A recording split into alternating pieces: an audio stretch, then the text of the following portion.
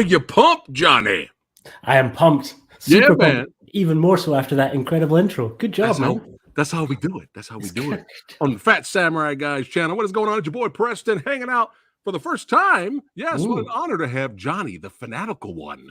That's right. Pleasure is mine. Mr. A long Dragon. time viewer, first time caller, kind of virtual caller, video caller. That makes sense. Yeah. Well, I appreciate you watching and being a fan of the channel. I'm also a fan of yours. And we're gonna get into I have a lot of jealousy, sir.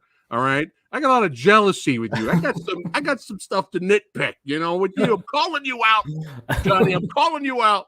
No, we'll get to it. We'll have some fun here. But yeah, what's going on, everybody watching right now? We are crossing the streams, son. That's why we're doing a little double screen sharing, stream watching on both channels right now. So shout out to all the Fanatical Dragon viewers that are watching this video.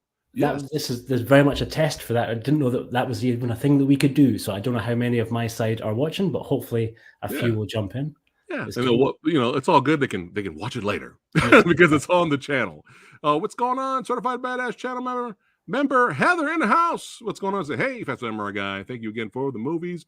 Well, thank you for being an awesome member and for watching. Yeah, but we're going to get into it. We got two big ones today. All I got to say is action cinema and martial arts cinema is back in the mainstream eye, in my opinion. In the mainstream eye, these genres are back. And we have two big ones to talk about today. I don't know what Johnny thought of them. We're going to get into it. We may agree to disagree. He might be like, this is the worst piece of shit I've ever seen in your life. Never invite me back, Preston. But we're going to have some fun. Oh, we got Adam from the UK, son. That's right. Cool. What's going on, Adam? Oh, we got Kevin, also from the UK, representing. What is going down? Oh, yeah. But yeah, man, we watched both of our channels back and forth. And I was like, I got to subscribe to the Fanatical one here. And this is what I was talking about, where I got a little bit of the jealousy here. What? Mark Dacascos? What? You got Mark Dacascos on your show? First interview I did. Started high. Yes. And now you're with me, so you're going downhill now. It's over. No. You have to get Mark, man. I would love to get Mark. Fingers crossed I'll get Mark in the future. But yeah, man, this was a great interview. So you guys, everybody watching right now, you got to subscribe to the Fanatical Dragon. I put his link to his channel on Instagram in the description box below.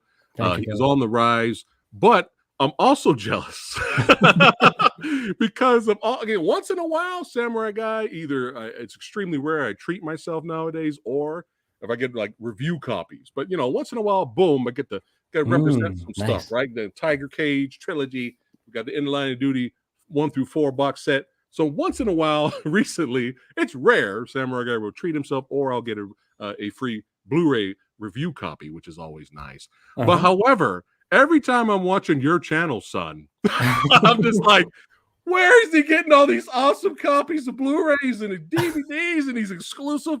You guys got to go to his channel and subscribe, you guys. Everybody watching, you got to go, because you're going to be drooling, okay? You're going to be like, oh, my God. A Bittersweet Life is on Blu-ray released over. He has this over. Oh my God! Like, how do you get these exclusives? Most of them I just have to buy. I don't really get sent that many screeners. Yeah, I get advanced early copies for some Arrow stuff. Kind of going back to when that first Shawscope box set came out, I was all over basically doing that disc by disc, and so since then they've kind of like hooked me up a couple of times. But everything else, the weird kind of Hong Kong versions from Manta Lab and all those premiums, that's hard work, son. That's hard work. And basically, I sell a lot of stuff to kind of afford to buy stuff. So there you go. I keep turning it around. I don't have what you kind of see behind me, not today, because this is the new house. But for anyone who's seen my channel before, the shelves that I used to have, that's a constantly changing landscape. I sell quite a bit because it's an expensive hobby, man. It mounts. Yes, but that's what I'm saying. I watch your channel because I live through you, Johnny. I'm like, oh, that's so awesome. I gotta check. He breaks it down too, guys. If you guys want to know the special features of these Blu-ray releases and exclusives to movies, I had no idea even existed. So check the link below and subscribe to the old Fanatical one here. Oh, we got Dan in the house. What is going down, Dan? Kevin says, Brotherhood of the Wolf was fun. Yes, it is. Mm-hmm. It is a classic. Well, And Adam, Luke's still good in 4K. we're going. Oh, that's good to know. Thank you for telling me that. But yeah, Adam, we're going to review Blind Swordsman, the movie, right now. We're going to Hell get yeah. to it, and there will be spoilers. And speaking Mild spoilers. no, we're going all in.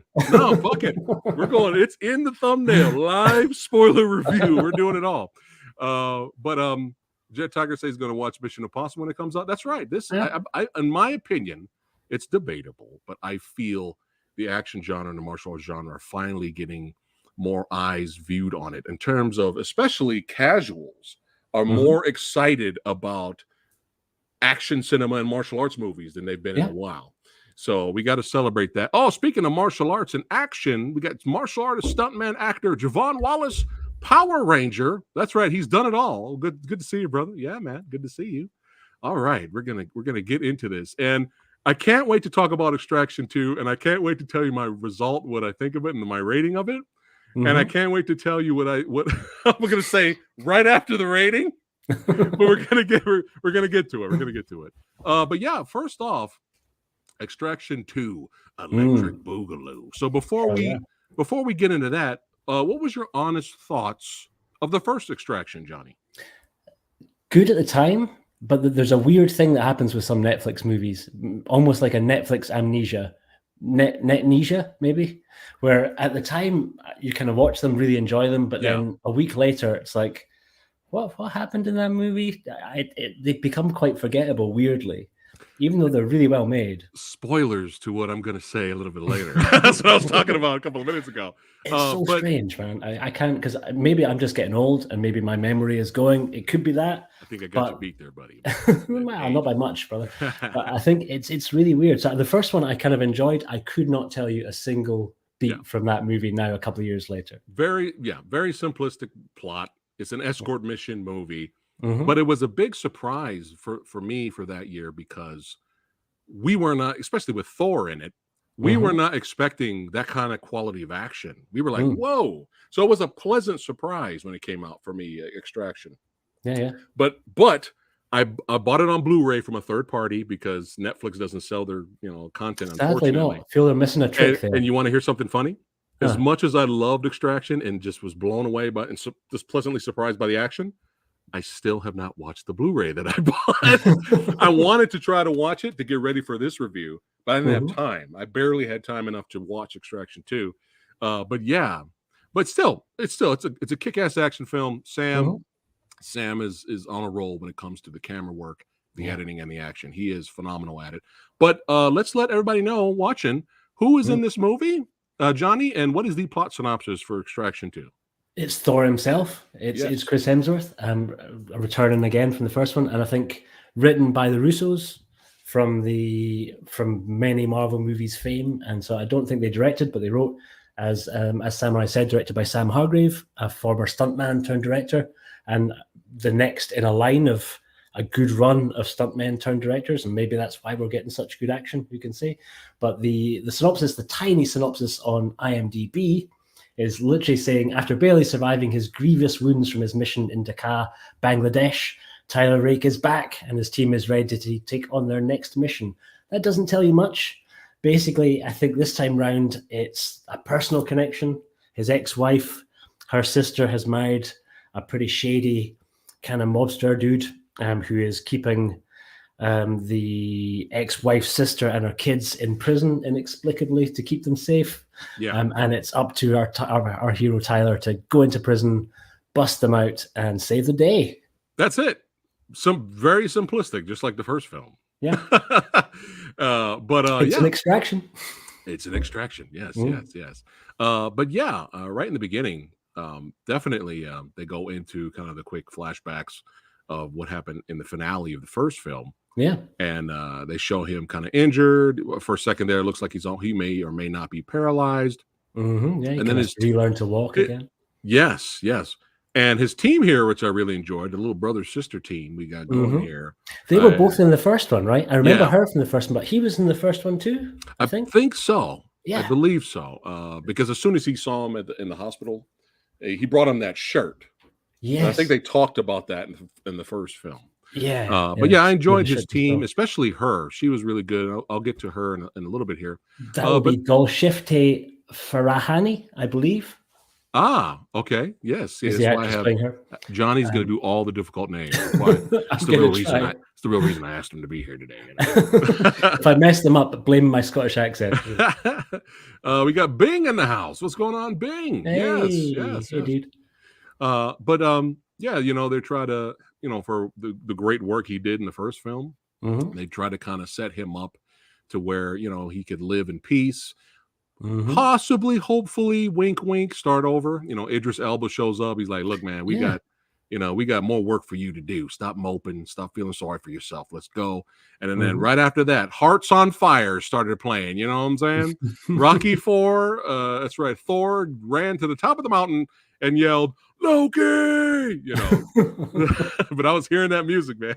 And he was pulling himself up on the ropes and running in the snow. I was like, oh, it's Hearts on Fire. That's what we got going on there. But yeah, he gets back in shape. He's good to go. And then our movie begins. Now, what I was not expecting. Oh yes, one shot. Yeah, that was very well done. Scott Adkins' vehicle. I really enjoyed that one. But I can't wait for the next one too. Yeah, they're doing another one. Or does he mean the one single shots in this? Because there was a bunch of long. Okay. Takes. Yes, we're going to get to that. We're going to get to that right now. So somebody mentioned to me about the one shot action set piece, but I had no idea that it was going to be at the beginning of the movie. Yeah. Like it was like really the action opener. So this like really blew my mind. This opening here. So after he goes into prison, rescues the girl and her family. They end up killing the husband. The husband's death was great. Oh man, just ripping their fingers. Fuck that dude up, man. That was great. I was like, yeah. However, right when the action sequence started, I was getting a little bit annoyed with the family. Were you getting annoyed? The son, but I think that was kind of his. We were meant to have that reaction, I think you were meant to kind of more empathize and feel for the wee girl. Was pretty cool, and she was kind of giving wee winks and stuff as the film went on. I think thank God. We were kind of meant to feel that way about that boy because he was. But thank God the little girl became cooler later, and her character was cooler. She understood, this guy's here to protect us. But at first, I'm like, she's dropping the teddy bear, she's crying, she's making noise, and then the son's like looking at, being difficult, and then even the mother, like he's sacrificing himself to protect the family, and even the mother's like, "You're scaring my kids." Okay, all right, don't make me root for the death of the family. Okay, movie. Okay, movie. What are you doing? But luckily that was very few and far between in terms of. Do you think there was a sour grapes element because that was her sister's wayward ex-husband? So was there a bit of like that going on behind the scenes? Maybe a little bit of an attitude because of that. Like, oh God, of all the people to come and save us, it's that asshole that messed around my sister. Yeah, it could be. Yeah, it could be. Yeah, for sure. But yeah, luckily though, what I did like about the mother was that she was actually helping him fight back. Yeah, there were a few times where he did have to save her, but she was actually like trying to get dudes off of him. I was like, that's right. That's right. Don't be just standing there screaming and hollering and help. Like, fuck it. Your family's trying to escape danger. We got to fight. Let's go. So that was nice to see. But that prison escape sequence was maybe kind of one of the highlights for me. I mean, setting him on fire, punching dudes when he's on fire. That was all pretty cool. Yes, I agree with Javon here. Yes, especially later. See, later the mother and the daughter were fine. They were fine later, their characters. But yeah, the son, I know that you pull it. Johnny, you're right. That was supposed to be his character. He was supposed to be annoying and difficult and wanting to not dishonor his dad and stuff like that. But still, it was just like, oh my God, die. But luckily that didn't last too long. But yeah, I agree with Javon there. But this to me, this opening was really the climax. Like this was the best action set piece throughout the entire movie. Like this, there's some great stuff later, which we'll get to. But this opening is like, was it 20, 21 minutes? It was something like that. It was absolutely phenomenal. Yeah. The camera work, the editing, and of course you could be nitpicky and you could be like, oh, well, they probably edited right there, because us as filmmakers and viewers, we like to have fun like that sometimes. We're like, oh, that's probably where they did the edit. It's fine. Okay, it's fine if there's edits in this one take shot, but the important thing is when it's edited together so well and it's a flawless transition, it's impressive. It's still impressive, and you know it took like ridiculous amount of hours to put together, days, weeks. You know, it was ridiculously hard to do this opening. But it So felt most practical. I think of all like some of the later stuff, maybe a little bit CG reliant in places, but that most of that first sequence was just real human beings doing real human shit, and it was that's right. That's right. And the camera work, man, Jesus Christ. Yeah. Like that one shot when they get out and get in the car, and as soon as the car starts going, the camera that's on the ground goes up and follows, and then it lands on the balcony, and then it follows the people through the building this way. Yeah. It's insane because you could say, well, it's probably a drone. Well, that's a pretty impressive drone. No, I don't think so. I think there was some more trickery going on that full-size camera, I think. Trickery. That's right. That's right. Jet said it felt like 30 minutes. It might be 30 minutes. You never know. You never know. Oh, Kevin. But yeah, this just absolutely phenomenal. And like Johnny said, real dudes, man, you know, badasses, martial artists, stuntmen, really putting their bodies on the line here. And then it just keeps going. I was like, oh my God, we're still going. And you have the chase sequence here. And then it ends up on the train. And I was like, this is absolutely phenomenal. Yeah. Like, this is insane. The camera work, the transitions, the combat, the gunplay. Oh, well, let's just for fun, let's just throw in, you know, a little mini boss, you know, mini gun on top of the train. I mean, let's be honest, Johnny. When was the last time you saw a guy standing on top of a moving train shooting a helicopter with a minigun? It's been a while. It's been a minute. I can't really think as of right now. It's always good fun seeing a minigun back in things. It's kind of like if you're playing a drinking game, take a shot if you see a minigame and a minigun in a film. There you go, for sure. Kevin says the prison sequences was just another example of good action, good fights done right. Yes. We agree with that. But you know, our villains here, or well, what you know, the brother of the villain that got killed, which is the husband. He was all business, man. So he's like, oh, revenge. Let's go.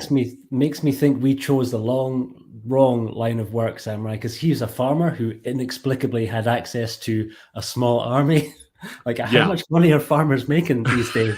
Because like the resources that dude had at his disposal seemed okay. I'll go with it. I'll suspend disbelief. Yeah, it's fine. But unclear as to kind of what type of gangster he really was. Really, it seemed to be more of a farmer than anything else. Yeah, that's it. We're going to be farmers now.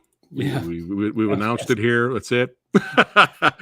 Oh man, but yeah, he's business, and you know they have these little flashbacks of him and his brother, kind of growing up in hard times, growing up basically in hell. You know, being forced to be in this group and kind of carry on tradition, which is which the son later tries to do, but ends up becoming extremely annoying. But it is what it is. But yeah, our escort mission movie number 2 continues to kick off, and just some really exciting, just absolutely exciting sequences, man. Like just jaw-dropping stuff at the beginning. But back to Javon's favorite character in the film. I'm going to get you his autograph, Javon. I'm going to get you his autograph. Oh man. But I knew he was going to be frustrating. I was just like, I knew it. But the chase continues. Really enjoyed the building shootout. I mean, we did have some CGI stuff here and there, but again, really great camera work, following the action, showing the stunt work, especially up here. Just crazy stunt work, just phenomenal stuff, man. Just really, really phenomenal stuff. But I have some nitpicks. Okay. And my nitpicks, because we do different types of for Movie Dojo, we'll at the end we will rate the movie, and then we will rate the action separately.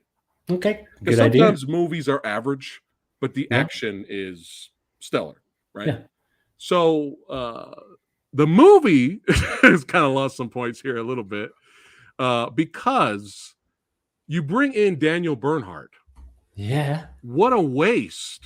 Yeah. That was so disappointing, man. Now, congratulations to Daniel Bernhardt, which I would love to interview in the future as well. Same. I was going to ask you if you'd had him on. No, not yet. I'm working on it. But yeah, I'm happy for his, congratulations to him. I'm happy for his success for even being in this project, representing action cinema, right? Yeah. Good action cinema. But I was so disappointed.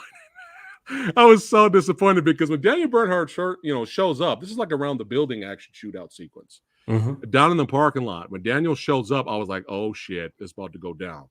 And him and Chris Hemsworth, they have that moment where they're shooting back at each other, running, and I'm like, "Oh, let's go, man, let's go." And then I was for a second, the guy that was with Daniel Bernhardt's character died. He got and you thought it was him, but you didn't. Yeah, right. But then same comes for a back. second. Yeah. He comes back later in the movie, and I'm like, "Oh, we have round two. They're going to be the finale throwdown fight between those two," and he just gets shot, and that's it. I was so disappointed. I think, I mean, I've said this before. It's frustrating when movies kind of blow their wad in the beginning. I've said that about Villainous. I thought the opening action sequence was the best part of the movie, but the motorcycle stuff was cool here and there. But I kind of got tired of that type of style throughout the whole movie. And I thought the beginning of Villainous was the best part of that film. Sometimes that could make or break your movie. Yeah. Sometimes when you blow your wad right in the beginning, and then it's just kind of like your expectations are through the roof now. A little bit. And in the Villainess's case, it kind of became something a bit different. It sort of morphed into more K-drama as you got like halfway through towards the end. It was almost like action start, drama middle, a little bit of action end. I love the story of Villainous. Same. Yeah. But the style of action, that camera work, that kind of first person kind of through the eyes. I liked it at first, especially with the motorcycle fight, and I liked that. Yeah. But when it kept going to just that over and over again throughout the entire movie, even all the way to the end, I thought variety was lost. I was like, you could mix it up a little bit with different camera work, But that, again, that's me nitpicking. But I mean, at the end, he goes to rescue the son because the son gets kidnapped because he's annoying. So he gets kidnapped, and so at the end, it was kind of fucking dope, man. Like, our lead here shows up with a grenade launcher, starts blowing people up, and then he runs into Daniel Bernhardt, and then they just look at each other and shoot each other, and that's it.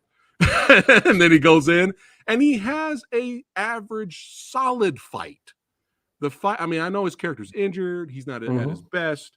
There's some really great hard hits and some stunts with the one-on-one fight with the brother at the end of the movie, but I think all us fans would rather have seen him throw down with Daniel Bernhardt. I think we would. Ideally, yeah. To be honest, I would have loved Daniel Bernhardt to be the big bad, for him to be the brother.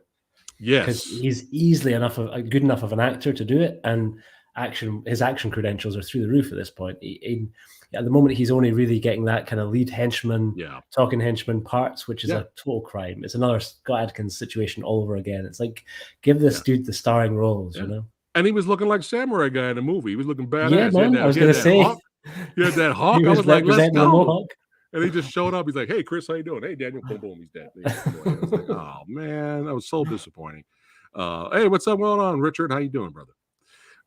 But back to the team here. Let me go. Let me see what happened here. I had the photo of the brother and sister. Yeah. Unfortunately, the brother did not make it. No, sadly, that is Adam Bessa, I think, playing Yaz, and he was great. He was kind of a little bit of comic relief, but not too much. Yeah. And when he actually got to do the action stuff, he didn't have as much to do as the sister. Right. But what he did do was still pretty cool. Yeah. I thought kind of like the two of them worked pretty well as a little kind of wee tactical unit. I enjoyed them. And they were with Chris throughout the entire film. Yeah. I think in the first one, again, it's been so long since I've seen it, they kind of helped him mostly in the finale on the bridge. I think so. Here and there, I think they helped him, but he was kind of by himself with the little kid that he was protecting in that movie. Yeah. But the team pretty much since the prison break has been with him throughout the entire film, and her character. Oh man, I loved the way her character fought in this movie, because there was a guy who looked like PhatSamuraiGuy in this movie, not Daniel Bernhardt. There was this huge, gigantic dude with the gun. I mean, he's like some arm wrestling champ. Yeah. I mean, he looked like me a little bit, except bigger. And they had their fight back and forth, but she wasn't just standing there just throwing haymakers at him. She No, fought no. really smart, and I Yeah. love that. She A went lot for of going for that femoral artery with a knife. And yeah, she went for like weaknesses, especially when she was fighting multiple dudes on the train. yeah. She was like, hit cutting arteries, and like Yeah. she was fighting like smart. And I love that about her character. She was badass. Yeah, she's She good. was really good. And spoiler, there will be an Extraction 3 and she will be back. Yes. I enjoyed her a lot in this movie. Perry Fan in the house. What's Hey, how we going doing? on? That's What's another one of my happening? friends. Yeah. Welcome everybody watching. We're having a blast talking about this movie. Yeah, just great. Everything action wise, despite the finale being a little weak, and despite getting blue balls with Daniel Bernhardt, which doesn't sound right, but hey, that's how Samurai Guy talks. You have to deal with it. Overall, I still consider one of the best action movies of the year. There's stuff and better very than high it. for Netflix's standards as well. Yes. John Wick Chapter 4, I loved. It's debatable. Some people hate it, and that's fine. That's if you guys hate it, didn't like it, that's perfectly fine. We can agree to disagree and still be friends. But John Wick Chapter 4 did not blow their wad.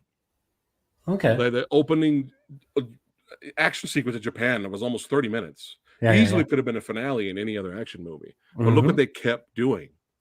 They kept going over the top, and they kept trying to outdo the action sequence before it. And changing the flavor slightly too. Yes, changing the flavor, which is why I love John Wick Chapter 4. Oh God, but I'm so all in for John Wick. I know. Extraction 2 did not do that, but it does not mean it is not still considered, in my opinion, probably one of the best action movies of the year. You got to give it that. Despite having a few annoying characters, despite the razor thin plot, we're there to see Chris Hemsworth, kill some motherfuckers. Yeah, that's why we're there. I'll take an Extraction over any Thor any day. I much prefer him doing this because it gives him something to actually do. And I like a few of the reviews that I saw were kind of dissing on the fact that he's not wisecracking every 5 minutes. I like that, man. I like that it's a bit more of a Thor Ragnarok. Not Thor Love and Blunder didn't happen. That movie didn't happen. I don't know what you're talking about. There wasn't a third. Well, there wasn't a third Thor movie. I don't know what you're talking about. But yeah, was there anything else in terms of the plot, stuff you liked and didn't like, Johnny, before we rate this and then move on? I don't think so. I think we've covered all the main beats. I think you said it best in terms of it. If that first act had been the final act and it could have built to that, cool. But I think it peaked pretty high, so it became a little bit of a long set. I was looking at the watch. Dragon was checking the time more than I normally would like to do. Oh no! as we got into that third act, but still overall, good. More fun had than not. Yes, and that's what it's all about: is being entertained and having a good time. So let's go ahead and rate this sumbitch. And how we rate things here on the channel, Johnny. Just a quick reminder: we used to do numbers, we do letters now. So C is average. C is average. So you can go C plus, C minus, B plus, B minus. You do all that. So for the movie and the action, Johnny, what are you giving Extraction 2? And I can do a separate rating for movie and separate rating for action? Yes. I would give the movie a B minus. Okay. I'd give the action a B plus. All right. Very well done. Very well done. And again, blue balls, Daniel Bernhardt. I enjoyed the Megan Anderson shootout with the brother. That was great. That was almost a Better Tomorrow 2 finale there, where Chai and Phat, the other dude, were like, because they both came down the steps shooting at each other. Yeah. And they both like just that was reminding me of Better Tomorrow 2. Megan Anderson is a MMA fighter, so this is like her. I don't know if she's done any other action movies, but it was cool seeing her in this. Yeah, she was good. I didn't know who that was. That's cool. Yeah. So great rating for the movie and the action. I'm going to go again, blue balls. I wanted more from the finale. However, that opening 21-minute spectacle, I can't help it. I'm going to be a mark. I can't help it to give the action an A minus, but I'm going to give the movie a B plus. Okay. Yeah. I could have it was this close to getting an A or an A plus if we had Daniel Bernhardt showdown in terms of the action. I mean, Mhm. you know, if we had a little bit more finale, I'm going to give the MVP award to Chris. Yeah. Yes, I'm going to give Yeah, it we to got it. him. He is really kicking ass for taking names, especially He in this movie. You've maybe heard, but apparently he has a Muay Thai kickboxing background himself. Really? Supposedly so, yeah. I Yeah. think the director had said that when he'd worked with him before in the Marvel days, that he was always basically pretty That's much right. kicking his ass because he's a big boy, Hey, you know? hey, if y'all know the fight game, you'll never learn until you get hit. Mhm. Then you're like, oh shit, I better defend myself. I better learn how, right? But yeah, I'm gonna get. It's definitely an above average action movie, so I'll give it B plus. But that opening alone, I'm gonna give it an A minus. Okay. I tell you this though, the female action character in the movie, she almost got the MVP for me. Hmm. She almost got it. Like she was close. If they gave her more action, I would have given it to her. Do you have an MVP? Do you agree, or do you have a Uh, different MVP? no, I'd probably go with the same. I think kind of we have All to. right. It's really it's his show. Both these movies are his show, and I think Yeah. as much as they've built a good team around him, Yeah. it's kind of one of the better characters that he's found to play in. Oh And like yeah. I say, much more in this than I am in the Yeah. Marvel stuff, which I've kind of checked out of quite a long time ago. You know, just You're not my You're not my not thing, alone. dude. You're not alone, Johnny. But yeah. And I will also have to say, if because we're doing two movies tonight, and if we had a different movie as our second movie, I think my rating for Extraction 2 might have been slightly higher. But there's a reason why it is the way it is. Yeah, And there's a yes, reason sir. why my rating for the next movie, it is the way it is.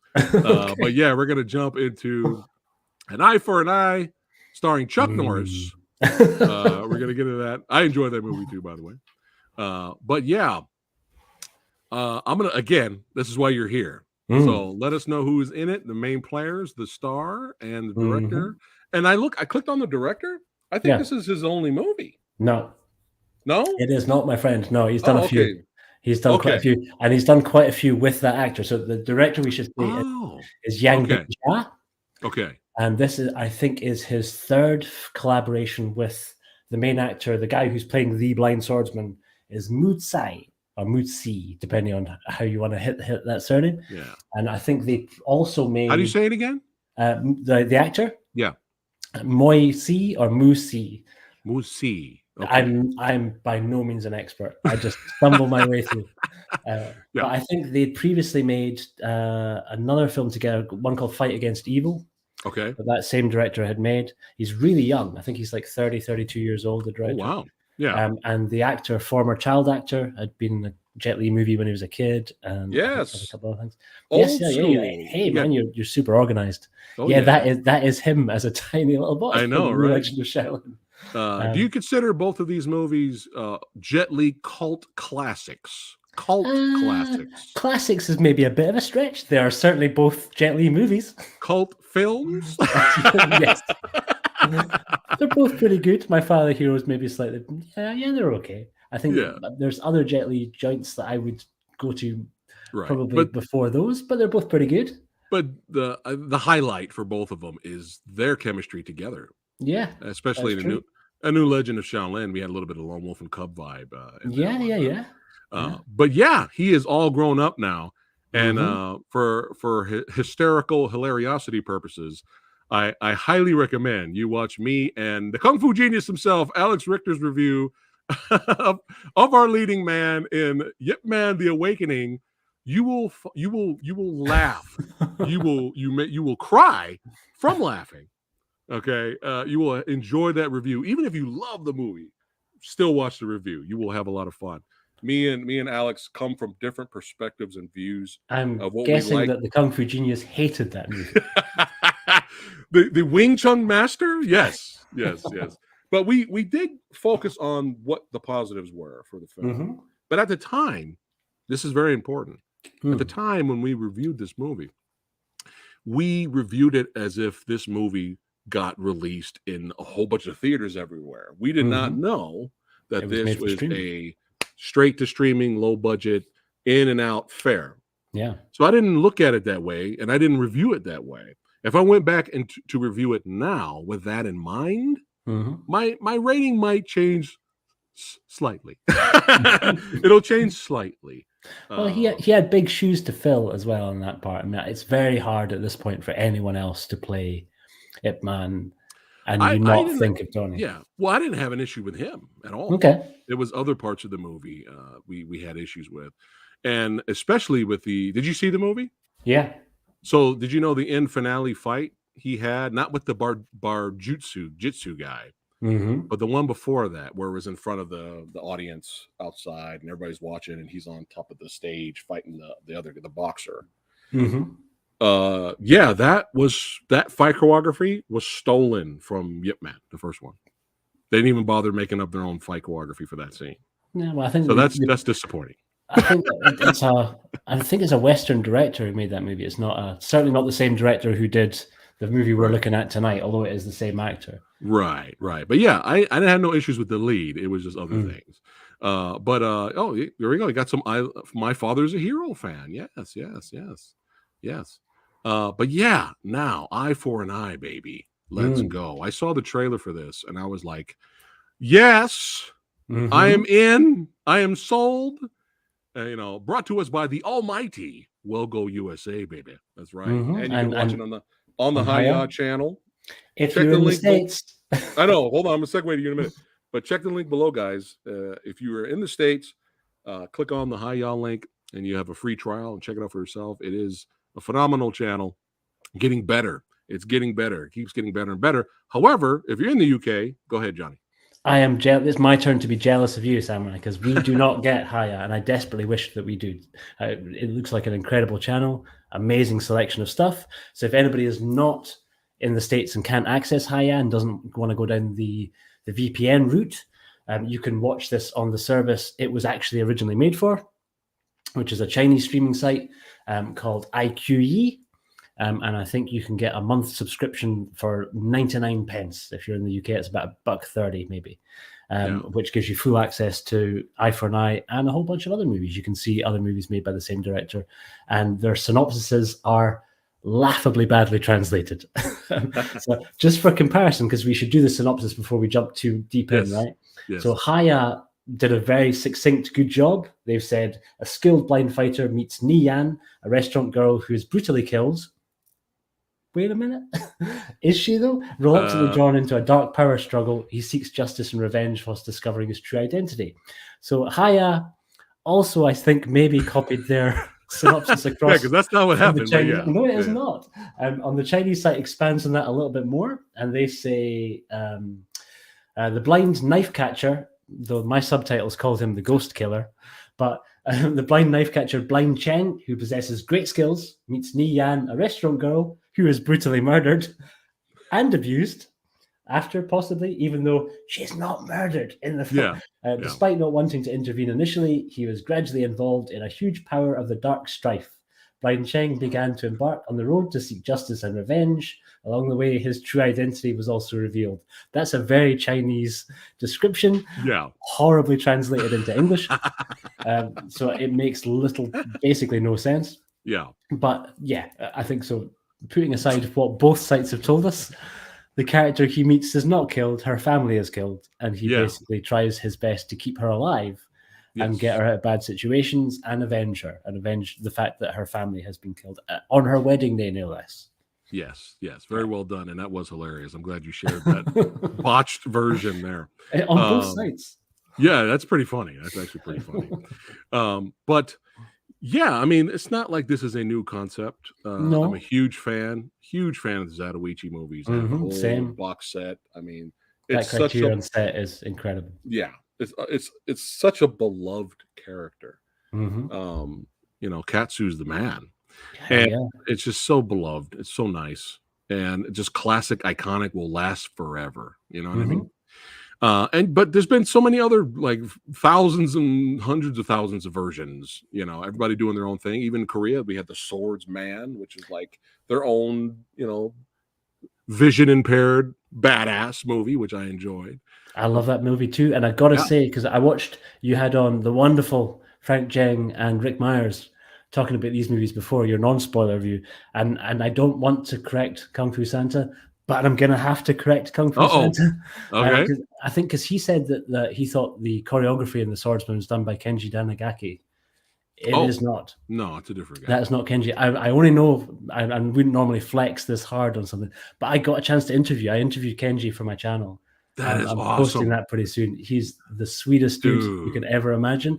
And I double checked with him. I was like, man, did you direct? Did you do the action choreography for The Swordsman? He was like, no, I know that movie. I love that movie. Totally not me. See, the jealousy continues. Keep bragging, Johnny. All right, keep bragging. I interviewed Kenji and Mike Cascas. But that's awesome. No, I miss that because remember when I'm hosting, I'm multitasking. So I probably missed it when Rick said that. If you see me nod, that means I'm just nodding because I'm checking comments. And I'm doing all this stuff. I'm like, yeah, you're multitasking at the same time. Yeah. But no, I'm glad you clarified that in case anyone thought that Kenji did do this. So I can see why he thought it because it's very inspired by Kenji's work on Rurouni Kenshin, right? Which I think is a high bar that not that many films will get to. But The Swordsman came pretty close. It's really good. And I'm cut you off midstream, so you jump in. Keep on going. You go. No. This is very another pleasant surprise. Again, the trailer, I was sold. I was sold on the trailer. But I knew straight to streaming movie, small budget, short on time. You're in and out. Boom, boom, not long. So I'm like, okay, I'm gonna view this movie that way instead of how I viewed Yip Man Awakening. I'm gonna view it the right way, how it's supposed to be viewed. If it's shit, it's shit. It doesn't matter. But I'm still gonna put my goggles, my old man goggles, and view it the correct way. And I think, again, lead actor's name, what is it? That is Moitzi. Moitzi. Did I say it right? Well enough for me, brother. Okay. I think Moitzi has found his character. I would agree. I think he's found it. Yeah. He's a great martial artist. I'm sure you put that guy in anything, he himself will be great. Despite the movie quality, he will be great.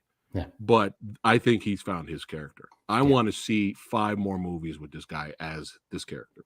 10 more movies. Right there with you. Hell yeah. Zatoichi length series of movies. Yes. Cool.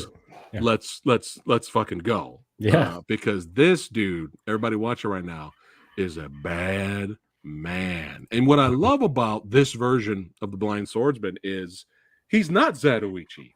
He's not the dancing, eating rice balls, fun loving until you push him, and you push him, then you're fucked. He's not, the Messias. He's not that kind of guy. He's not the beloved character. Nah, he's a bounty hunter. Yeah, man. He's the original Boba Fett. I did. I absolutely love that fact that this badass blind swordsman he's got a horse too, which I love that.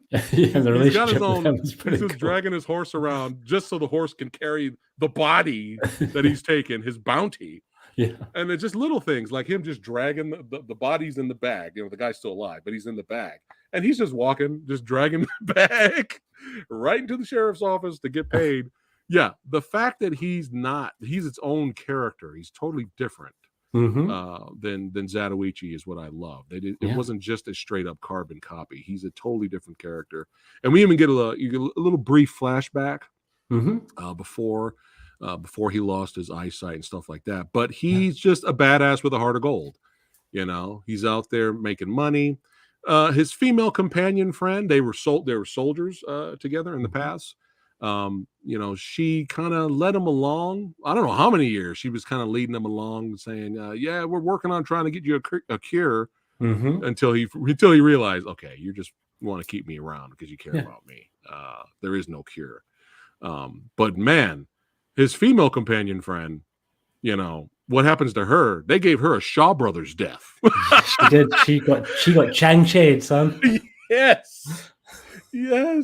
I was like, Jesus, what is that, like 30 arrows in her? Yes. Oh my God. I don't know if your subtitles were the same as the ones that I got to see on my version, but they took great pains to tell us every arrow went through a bone. And you're like, wow. Okay, great. I think it was the same, yeah. But yeah, our main villain was a very good archer himself. Yeah. That was his shtick. But yeah, unfortunately, this actress right here. Did you want to say her name? I'm not actually. I don't have a complete breakdown. She is. I think she's Guan Ying Chen, and if Okay. it's not Guan Ying Chen, then it's Hua Qilong. Okay. I think it's one of those two, but do not quote me because I only have the cast names. I don't have the Right. parts that they played. But they need to update IMDb for this movie because there's really not a lot. There's no page for it. Even and when you click on the director, they need to Yeah. update his information too, because Yeah. only this movie pops up on IMDb.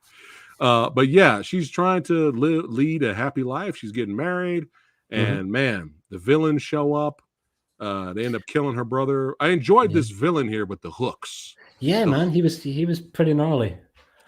That fight scene between this character with the chain hooks and our lead badass here, that's one of my favorite fights in the movie, because this guy, he's a counter striker. He waits for you to attack, which he should, because it makes sense. He'll attack if he'll need to, but he waits for you. But this guy with the hooks was so fast, and that even he was having issues tracking him. Yeah, and then, like a straight up gangster, he pulls out the wine.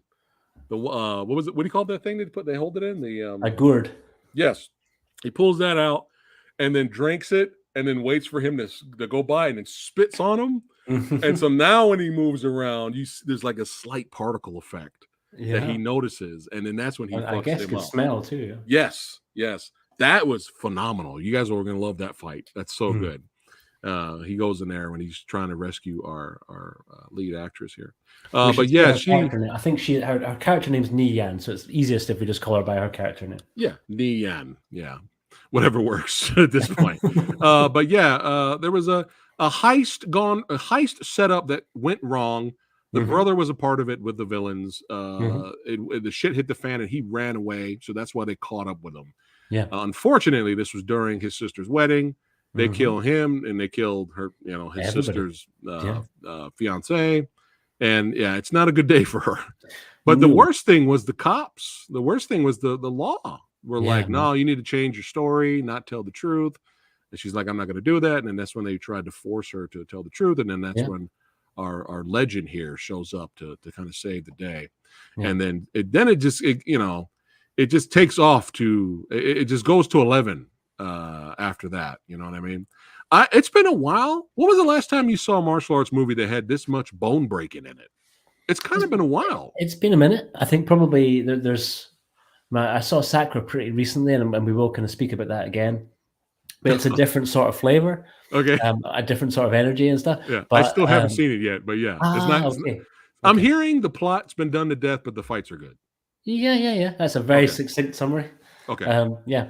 But I think last time that there was kind of some really good kind of like bone breaks and locks, it's been a while. I kind of go back to some of the stuff that's in Fist of Legend. We mentioned Jet Li earlier on. Yeah. But that's still got some of the best little twists and locks and kind of arm blocks and stuff. But there was a proper bone breaking. He caught one guy quite early on and slaps his kind of forearm bone straight through the side of his arm, which was kind of cool to see. Yeah. All you early, Steven Seagal fans in his prime, the first 5 movies, you'll probably enjoy this movie as well.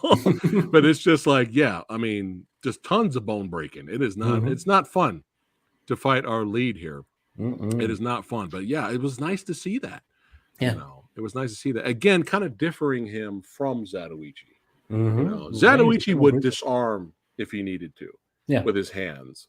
Maybe crack a few joints, but not like to this level of extreme badassity of bone breaking. No, I think kind of closer in some ways. When we mentioned the swordsman earlier on, and it's maybe Yang Huik in the swordsman was kind of putting people down pretty quickly too. He was kind of fairly brutal, but not that bone breaky. He was just more slashing people. Yes, for sure. Oh, I forgot. I knew I was going to forget. Really quickly, back up to Extraction. Yeah. I forgot to mention this. Remember, I was like, I was going to segue to something else. Yeah. Like even it's an above average action movie. That's why I gave it a B+. And for that opening alone, I gave it an A-, just for that opening alone. Even though I had nitpicked with some things, but again, I still enjoyed it a lot. I still think it's one of the best action movies of the year. However, I kind of forgot about it after not a couple of days later. Yeah, kind of forgot about it. Weird about Netflix amnesia. Yeah, it's a thing. Yeah, so it's funny you brought that up with the first movie. It's weird, man, and it seems to just affect their own produced movies, because the stuff. I mean, Netflix also picked up. We mentioned Rurouni Kenshin, and I can remember every beat of those movies, really. And they were not originally made for Netflix, but Netflix now own them. So I've stopped the last few coming out on physical media, but different for projects that have kind of been made outside of their control. But there's a weird thing with their own projects. I can't work out the algorithm of why it happens, man. Maybe they do it on purpose. Maybe it's built into them, so you go back and watch it again. But me and Johnny will be there for sure for Extraction 3 when that comes out. And we should review it. And I'll forget it. Definitely, we will. And we'll get it too. We got to review it right away, though. Like, yes, we can't same wait. day. Otherwise, we're gonna forget. Hold on one second. Here we go. We got DLB saying, "Hi guys, I have been lucky enough to be at the Prince Charles Cinema in London this week to see Wong Kar-wai classics and Bruce Lee, Chungking Express tomorrow." All right, that is awesome. I'm another person I'm jealous of right now. We've been very lucky. Yes, but most of Bruce Lee movies screening this year again for the 50th anniversary of his death. It's very cool to see. Yeah, we got lucky over here. I think you got Into the Dragon. I think it was last month when Into the Dragon got re-released out here. Yeah. So that was great seeing that in theater. That was a lot of fun.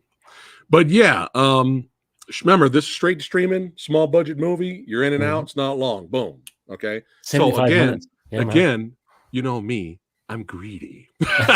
So of course I want more action, more fights.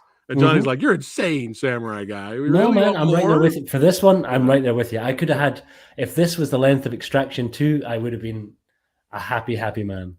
Yes. Especially when you had that really cool fight when he goes into like the little tea house. And then they cut away to a flashback of him. And they don't show the fight. I was like, but it's okay. Trust us. You trust me and Johnny. Trust me and Johnny, guys. What is here in this movie delivers. There's not one bad action sequence. No, there's not one just bad. Not enough of them. We just wanted more because we're greedy like that. But the finale definitely rewards the audience. It rewards the viewer. And for a small budget project, straight to streaming movie, dude, the cinematography is legit. Amazing. Really stylistic. I mean, this was almost someone, DLB just mentioned that he'd seen Wong Kar-wai movies. This was almost, it's not quite as slick as the Grandmaster, but it's up there. This has there's shades of Wong Kar-wai level cinematography, and it's beautifully shot. Impressive. Very impressive. And again, just absolutely gorgeous and beautiful camera work, man. Just, oh my God. Go ahead. If we're nitpicking, tiny nitpick. Go ahead. Someone needs to maybe keep him away from some of the Final Cut or Adobe Premiere filters, and because there was a couple of little things that you put on clearly in post-production, little sort of flourishes or things, or little effects or filters that you put over the top of some of the footage. It was like, man, you don't need that.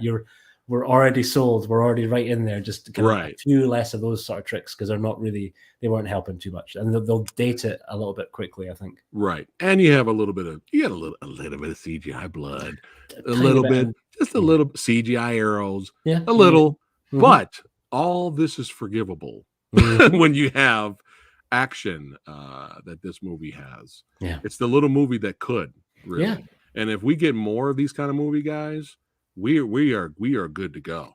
Like Extraction, this is getting a sequel too. I'm so excited for that too. But just beautiful looking cinema. Look at them right there. I mean, come on, let's go. How could you not want to see 10 more movies with this character? Oh man. And I love I wanted more of this, but him setting his sword on fire was so fucking dope. Uses that wine. Sparks the little flame, little spark on his sword, and his sword's on fire, and he's cutting people down.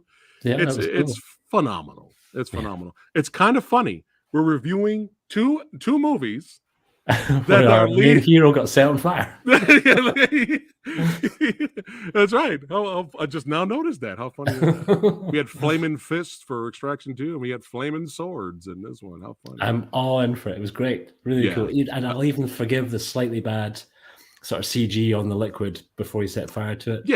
it's cool. They had no money. It's like that was Yeah. probably some guy in his bedroom working on After Effects Dude, doing that for him. You know? That's what I'm saying. You can kind of forgive stuff like that. Yeah. And this end That scene finale was is like, cool too, man. Like, oh, it's great. The little kind of the wee banners, because I think they're normally, it's almost the same sort of writing that you sometimes see on those little yellow stickers that they stick on hopping vampires' heads in those movies. You know, it's that kind of type of Taoist or Taoist scripture. I think my Chinese is not good enough to kind of deconstruct, but that was cool and probably really cheap to make for a set, right? You just get some white sheets and a little bit of black paint. It's great. Whatever works. You know, and you know, we always support independent films here on the channel. That's one thing that we always have done here.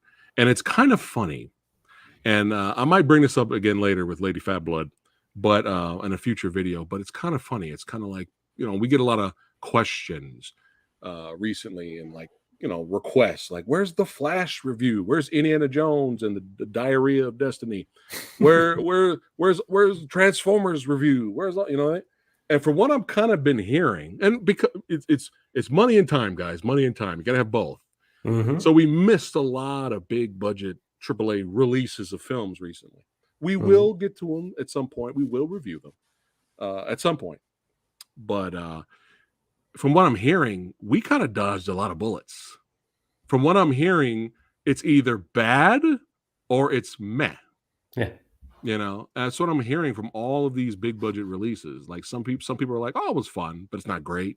It's like, I don't have time to waste money on just fun. Same, you man. know, we don't have that kind of money. I'm buying too many of those crazily expensive premium Blu-rays. I know. Some of the tickets no more. I know. And then the other day,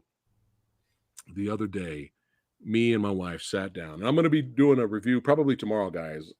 A big, beautiful Arrow Blu-ray box set, and it looks like a video rental store. And cool. Inside is all these cult classic sci-fi and horror movies are in there. And one of the movies, spoiler for tomorrow's review, was a sci-fi flick called Arena. It came out in 1989, and we watched it, and it warmed our hearts. The movie felt like a big hug. And we're sitting there, and you could tell it was low budget. They worked with what they had. It's basically a fighting tournament boxing movie, but with aliens. So you have guys in alien suits with really, actually pretty legit practical effects and makeup for such a small budget movie. And there's goofy moments, there's cheesy moments. With this movie, the cheese is the charm. And we sat there, and you can actually point out that there's faraway shots of the arena, and you could tell they're all little figures moving. when there's close-ups, you can tell of the fighting. You can look in the back where the actual crowd is, but if you look closely and look up, you'll see cardboard cutouts where they kind of fill in that there's an actual audience there. You could see, when we see stuff like that, we smile, and you can tell so much hard work went into this small budget sci-fi little fighting movie. And we enjoyed it, and we had so much fun with that. And I looked at Lady Fat Blood, my missus, the queen. I looked at her, and I was just like, you know, we keep getting requests to review these meh big budget movies, but if we review, Arena, they're going to be like, dude, why are you reviewing this movie and not the Dial of Diarrhea or whatever the fuck the Indiana Jones movie's called? Why you? No one knows about this movie. This movie doesn't exist to the mainstream audience. No one's gonna watch this movie. Why are you guys reviewing this movie? That's exactly why. Why? Because it's entertaining. Why? Because it made us happy. I'd rather watch and review a movie with a very extremely small, low budget and be blown away like this film, or pleasantly surprised, or something that makes us appreciate filmmaking. And when you watch that low-budget sci-fi movie, Arena, and you could see all the tricks they tried to do with little money they had, and they tried to pull it off, and in some cases, they actually succeeded. I have so much more of an appreciation for cinema with this low-budget sci-fi movie than all these huge, big-budget, billion-dollar bloated CGI meh projects. And that's what it's all about at the end of the day. Yes. Oh, yeah, man. Yes. Because they were trying to make a movie. They weren't trying to make a buck. And I think there's a big difference with what American stuff is doing, particularly with the Disney and the kind of big studio pictures.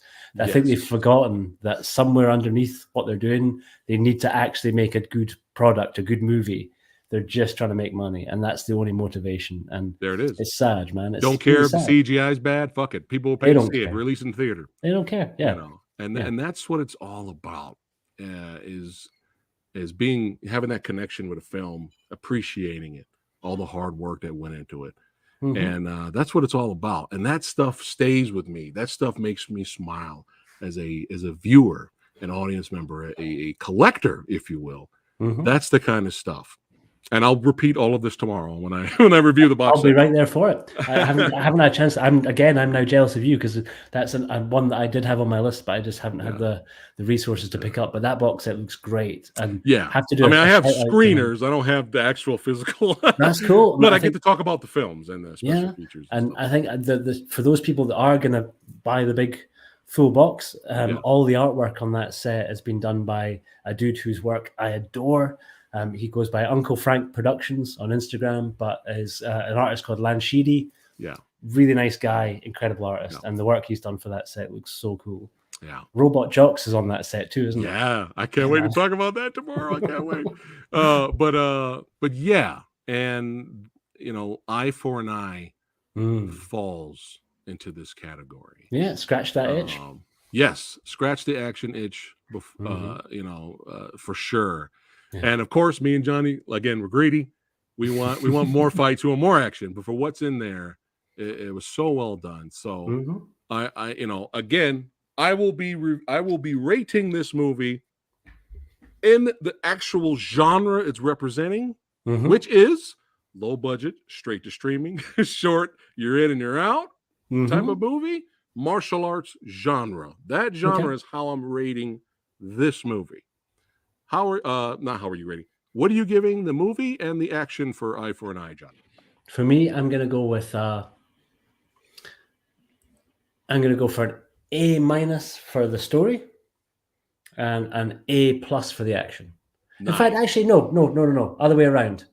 A+ for the story, A- for the action. Okay, all right, there you go. Nice, I love it. We're pretty much right there. Samurai Guy is giving the movie an A- and action I'm giving an A-. We're pretty much right there. Yeah. I would have given it again if there was more action. I would have given it an A or an A+ for sure. I'm being generous with the story because, like, I think it's an amazing feat to pack in as much as they did into 75 minutes so succinctly, and they messed around with time a little bit, where it's kind of it does a Pulp Fiction or Quentin Tarantino-esque. Right. They break the structure, so it's not a traditional kind of first, second, third act. It kind of twists around a little bit, which I thought they did really, really well. And I kind of didn't see it coming when it jumped back. I was like, okay, we've come full circle. Right? And I thought the story was really pretty well done. Nothing revolutionary, but just really, really well staged, really well handled, and really well acted. Oh man, I'm telling you, they nailed it. For what little they had to work with, they nailed it. But the beautiful camera work, the editing, it's just so nice to see it done right. We've been tortured for years by garbage, you know. So that's why, again, you know, in my humble opinion, action cinema and martial arts cinema is back. Yeah, the casuals are hungry. They're hungry. They want to see more. Once you get around to watching Sakura, please have me back because I want to talk because I haven't reviewed it yet. So we got it because I'd be really interested to know what you think of it after seeing, because you've seen this too, right? Comparison a little bit, because like Sakura we mentioned Kenji earlier on. Sakura was Kenji Tanigaki doing most of the choreography, and there's certain sequences in that are amazing, like kind of A++, like kind of through the roof. Some of the best stuff I've seen Donnie do in most recent years. But the production, particularly the CG and the editing, really rushed. I think they inexplicably only had like 8 weeks to go from the point when they finished shooting to when it hit, when they brought the movie out. Man, and it feels a bit rushed. Wow, and only 8 weeks? Yikes. Yeah. And it's a massive novel that they tried to condense down into a kind of couple of hour movie. Yeah, we can. Yeah, we'll have you back on the channel. And we'll do that. Let's do that in another movie just for fun. Yeah. We'll discuss afterwards when we get offline, and we'll pick another movie to throw in there. Oh yeah, so I'd love to know what you think of it. But yes, I say the more the merrier. You know, Kenji and his team are so good and phenomenal. It's amazing. They kind of changed the game, but if Kenji can influence other teams and other filmmakers to do it just as good as him, or start something new and start something of their own, more the merrier. Definitely, man. The more the merrier. Eye for an Eye had its own flavor. It was great. Yes, and we know who the MVP is of the movie. Oh, yeah, he's getting the MVP award for sure. I believe again. I believe that he's finally found his character, and I can't wait to see the other one. As Rick Myers would say, I'm supposed to say, I'm looking forward to to the next one. But check and see. HI-Yah might well have the other movie that the same director and same actor made together is called Fight Against Evil. So do check that out. Very, very different. And I think this is just going to reinforce your feeling that he's found his right part in Eye for an Eye. But Fight Against Evil is more. I think it will. Sorry, Adam's asking, will Eye for an Eye get a release on physical media? I wouldn't be surprised because it's a HI-Yah original and it's Well-Go USA. Yeah. So most likely there'll be a Blu-ray, and I hope so. Samurai Guy gonna get a copy. I'm right there too. I'm gonna get a copy. So Fight Against Evil, more of a modern crime story. Okay. And it's pretty good. It's not bad. Again, low budget. They do a lot with a little. Yeah. All right, copy that. Yeah, I'll look into it for sure. See some more awesome work there. Kevin says, I think we could be hopefully on a new resurgence of this genre. It seems to be getting better and better. Yes, yes. And another reason why I wanted to do these two movies, not just because they're recent, but I just wanted to show an example of, hey, in big movie theaters, we have John Wick Chapter 4 doing well. Sisu did well. Another little movie that could. Sisu did well, right? And then straight to streaming, big budget movies like Extraction is doing well, kicking ass, taking names. And then you have the smaller budgeted movies straight to streaming doing it. Entire budget for Eye for an Eye was probably less than Hemsworth's wage for Extraction 2. This movie probably cost as a whole what it cost to feed Chris Hemsworth while filming Extraction 2. It says protein bar allowance for Extraction. Yeah. So again, these are good. These are great examples, which is another reason why I wanted to talk about these two movies. And we'll get it. Me and John, and I'm sure everybody watching, you guys, we'll all get it where we can get it. God damn it.